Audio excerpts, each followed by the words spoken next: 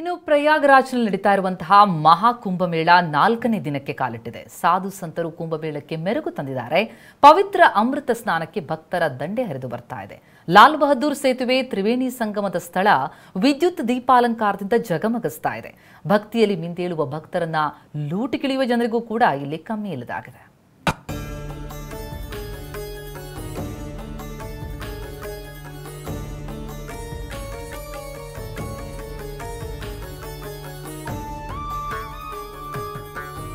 ಅತಿದೊಡ್ಡ ಜಾಗತಿಕ ಧಾರ್ಮಿಕ ಸಮಾವೇಶ ಮಹಾಕುಂಭಮೇಳ 4ನೇ ದಿನಕ್ಕೆ ಕಾಲಿಟ್ಟಿದೆ.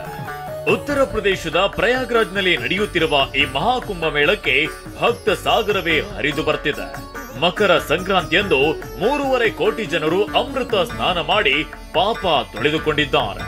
3ನೇ ದಿನವಾದ ನಿನ್ನೆ 50 ಲಕ್ಷ ಭಕ್ತರು ಗಂಗಾ ನದಿಯಲ್ಲಿ ಅಮೃತ ಸ್ನಾನ ಮಾಡಿದ್ದಾರೆ.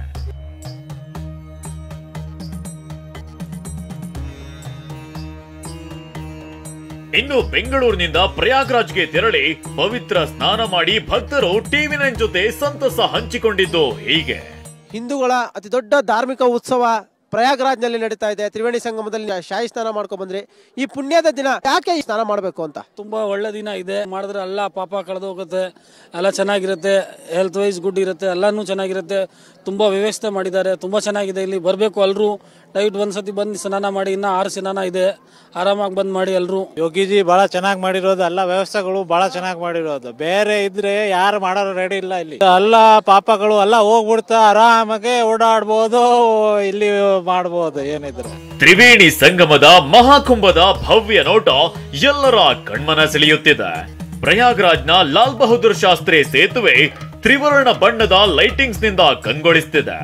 ಇನ್ನು ಸಾಧು ಸಂತರ ಅಖಾಡಗಳು, ಭಕ್ತರಿಗಾಗಿಯೇ ನಿರ್ಮಿಸಿರೋ ಟೆಂಟ್ಗಳು ಅಚ್ಚುಕಟ್ಟಾದ ವ್ಯವಸ್ಥೆಗೆ ಸಾಕ್ಷಿ ಎಂಬಂತಿದೆ.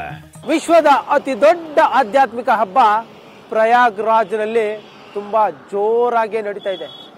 ಈ ಆಧ್ಯಾತ್ಮಿಕ ತೇರು ಕಂಗೊಳಿಸ್ತಾ ಇದೆ, ಪಾಳ ಪಾಳ ಅಂತ ಹೊಳಿತಾ ಇದೆ. ಬೆಳಕಿನ ಚಿತ್ತಾರದಲ್ಲಿ ಯಾವ ರೀತಿಯಾಗಿ ತ್ರಿವೇಣಿ ಸಂಗಮ ಕಾಣಿಸ್ತಾ ಇದೆ, ಅಖಾಡಗಳು ನೋಡಕ್ಕೆ ಒಂದು ಅದ್ಭುತ. ನಿಮ್ಗೆ ಅಂತ ಅದ್ಭುತ ರಮಣೀಯ ದೃಶ್ಯವನ್ನ ನಿಮ್ಗೆ ತೋರಿಸ್ತೀನಿ ನೋಡಿ. ನೀವು ನೋಡ್ತಾ ಇರ್ಬೋದು, ನಾನೀಗ ಲಾಲ್ ಬಹದ್ದೂರ್ ಶಾಸ್ತ್ರಿ ಮೇಲ್ಸೇತುವೆ ಮೇಲಿಂದ ಈ ಒಂದು ರಮ್ಯ ರಮಣೀಯ ದೃಶ್ಯವನ್ನ, ಈ ಒಂದು ರಾತ್ರಿ ಪಾಳ್ಯದಲ್ಲಿ ಯಾವ ರೀತಿಯಾಗಿ ಲೈಟಿಂಗ್ಸ್ ನೀವು ಸೆಟ್ಟಿಂಗ್ ನೋಡ್ತಾ ಇದ್ರೆ ನಿಜಕ್ಕೂ ಎಷ್ಟು ಬ್ಯೂಟಿಫುಲ್ ಆಗಿ ಕಾಣಿಸ್ತಾ ಇದೆ ಅನ್ನೋದನ್ನ ನೋಡ್ಬೋದು. ಈ ಒಂದು ತ್ರಿವೇಣಿ ಸಂಗಮದಲ್ಲಿ ಗಂಗಾ, ಯಮುನೆ, ಸರಸ್ವತಿ ಸಂಧಿಸುವ ಈ ಒಂದು 3 ನದಿಗಳ ಒಂದು ಸಂಗಮ, ತ್ರಿವೇಣಿ ಸಂಗಮ ಯಾವ ರೀತಿ ಇದೆ ಅಂತ ನೋಡ್ಬೋದು. 144 ವರ್ಷಗಳಿಗೊಮ್ಮೆ ಬರುವಂತಹ ಈ ಮಹಾಕುಂಭಮೇಳ ನಿಜಕ್ಕೂ ಗತ ವೈಭವವನ್ನ ಸಾರ್ತಾ ಇದೆ. ಸನಾತನ ಧರ್ಮದ ಗತ ವೈಭವ ಸಂಸ್ಕೃತಿಯನ್ನ ಸಾರ್ತಾ ಇದೆ. ಗಂಗಾ, ಯಮುನಾ ಹಾಗೂ ಅದೃಶ್ಯ ಸರಸ್ವತಿ ಸಂಧಿಸುವ ತ್ರಿವೇಣಿ ಸಂಗಮದಲ್ಲಿ ಸ್ವಾಮೀಜಿ, ಸಾಧು ಸಂತರುಗಳಿಗೆ ಸ್ನಾನಕ್ಕೆ ವಿಶೇಷ ಸ್ಥಳಾವಕಾಶ ಮಾಡಲಾಗಿದೆ.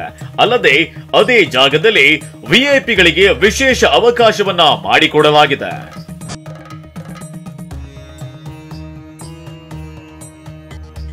ಇನ್ನು ಮಹಾ ಕುಂಭಮೇಳಕ್ಕೆ ಬರುವ ಭಕ್ತಾದಿಗಳಿಂದ ಹೆಚ್ಚಿನ ಹಣ ವಸೂಲಿ ಮಾಡಲಾಗ್ತಿದೆ. ಏರ್ಪೋರ್ಟ್, ರೈಲ್ವೆ ನಿಲ್ದಾಣದಿಂದ ಹಿಡಿದು ಟ್ಯಾಕ್ಸಿ ಚಾಲಕರವರೆಗೂ ದುಪ್ಪಟ್ಟು ಹಣ ವಸೂಲಿ ಮಾಡಲಾಗ್ತಿದೆ. ಪ್ರಯಾಣ ದರ 100 ರೂಪಾಯಿ ಇದ್ರೆ 1000 ರೂಪಾಯಿ ವಸೂಲಿ ಮಾಡಲಾಗ್ತಿದೆಯಂತ ಭಕ್ತರು ಆಕ್ರೋಶವನ್ನ ಹೊರಹಾಕ್ತಿದ್ದಾರೆ. ಇನ್ನು ಹೋಟೆಲ್ಗಳ ರೂಮ್ ಬಾಡಿಗೆ ಕೂಡ 3 ಪಟ್ಟು ಹೆಚ್ಚಳ ಮಾಡಿದ್ದಾರೆ. ಇದರ ನಡುವೆ ಪ್ರಯಾಗ್ರಾಜ್ನಲ್ಲಿ ಈ ಬಾರಿ ಅದೇ ರೀತಿಯಾಗಿ ಬಿಸ್ನೆಸ್ ಹಬ್ ಕೂಡ ಆಗಿದೆ. ತುಂಬಾ ಹುಷಾರಾಗಿರ್ಬೇಕು, ಇಲ್ಲಾಂದ್ರೆ ನಿಮ್ಗೆ ಮಕ್ಕಳ ಟೋಪಿ ಬೀಳೋದು ಗ್ಯಾರಂಟಿ. ನಾನೀಗ ಪ್ರಯಾಗ್ರಾಜ್ನ ಒಂದು ವಸ್ತುಸ್ಥಿತಿ ತೋರಿಸ್ತೀನಿ. ನೀವು ನೋಡ್ತಾ ಇರ್ಬೋದು, ಹೋಟೆಲ್ಸು, ಈ ಬೈಕ್ಗಳೇನಿದಾವೆ, ಈ ಬೈಕ್ಗಳು ಮತ್ತೆ ಕಾರುಗಳು ಎಲ್ಲವೂ ಕೂಡ ಒಂದಕ್ಕಿಂತ ದರ 5ರಷ್ಟು ಹೆಚ್ಚು ಮಾಡಿದ್ದಾರೆ. ನಿಮ್ಮನ್ನ ಸುಲಿಗೆ ಮಾಡ್ತಾ ಇದ್ದಾರೆ. ಅದರ ಬಗ್ಗೆ ಸ್ವಲ್ಪ ಗಮನ ಹರಿಸಬೇಕು. ಎಕ್ಸ್ಪೀರಿಯನ್ಸ್ ತುಂಬಾ ಬ್ಯಾಡ್. ಅನುಕೂಲ ಅಂತಾರೆ. ಫಸ್ಟ್ ಆಫ್ ಆಲ್ ನೀವು ಬಂದು ಏರ್ಪೋರ್ಟ್ ಆಗಲಿ, ರೈಲ್ವೆ ಸ್ಟೇಷನ್ ಬಂದ ತಕ್ಷಣ ಅಲ್ಲಿಂದ ಸುಲಿಗೆ ಸ್ಟಾರ್ಟ್. 100 ರೂಪಾಯಿ ಇರೋದನ್ನ 500 ರೂಪಾಯಿ, ಮಾತೆತ್ತರೆ 1000 ರೂಪಾಯಿ ಅಂತಾರೆ. ಇವಾಗ ಊಬರ್ ಬುಕ್ ಮಾಡಿದ್ರು ಊಬರ್ ಅವ್ರು ಬರಲ್ಲ, ಡ್ರೈವರ್ ಪಕ್ಕ ಬಂದು ನಿಂತ್ಕೊಂಡು ಅಲ್ಲಿಂದನೇ ಸುಲಿಗೆ ಸ್ಟಾರ್ಟ್ ಮಾಡ್ತಾರೆ. ಆಮೇಲೆ ನಿಮಗೆ ಇಲ್ಲಿಂದ ಹೋಟೆಲ್ ಏನಾದ್ರು 5-10 ಕಿಲೋಮೀಟರ್ ಇದ್ರೆ ನೀವು ಸಂಗಮವರೆಗೂ ನಡಿಲೇಬೇಕು. ನಿಮ್ಗೆ ಒಂದು ನಯಾ ಪೈಸೆ ದುಡ್ಡು ಕೊಟ್ಟರು ನಿಮ್ಗೊಂದು ಆಟೋ ಸಿಗಲ್ಲ, ಯಾರೂ ಸಿಗಲ್ಲ. 5 ಕಿಲೋಮೀಟರ್ ನಡಿಲೇಬೇಕು ನೀವು ಹೆಂಗಿದ್ರು. ಮಹಾ ಕುಂಭಮೇಳಕ್ಕೆ ಬರುವ ಭಕ್ತರ ಭದ್ರತೆಗಾಗಿ ರ್ಯಾಪಿಡ್ ಆಕ್ಷನ್ ಫೋರ್ಸ್ ಕೂಡ ನಿಯೋಜನೆ ಮಾಡಲಾಗಿದೆ. ಲಾಠಿ, ಬಂದೂಕು ಹಿಡಿದ ಟಾಸ್ಕ್ ಫೋರ್ಸ್ ಸಿಬ್ಬಂದಿ ಹಗಲು ರಾತ್ರಿ ಭಕ್ತರ ಕಾವಲಿಗೆ ನಿಂತಿದ್ದಾರೆ. ಶಿವರಾಜ್ ಕುಮಾರ್, ಟಿವಿ9 ಪ್ರಯಾಗ್ರಾಜ್.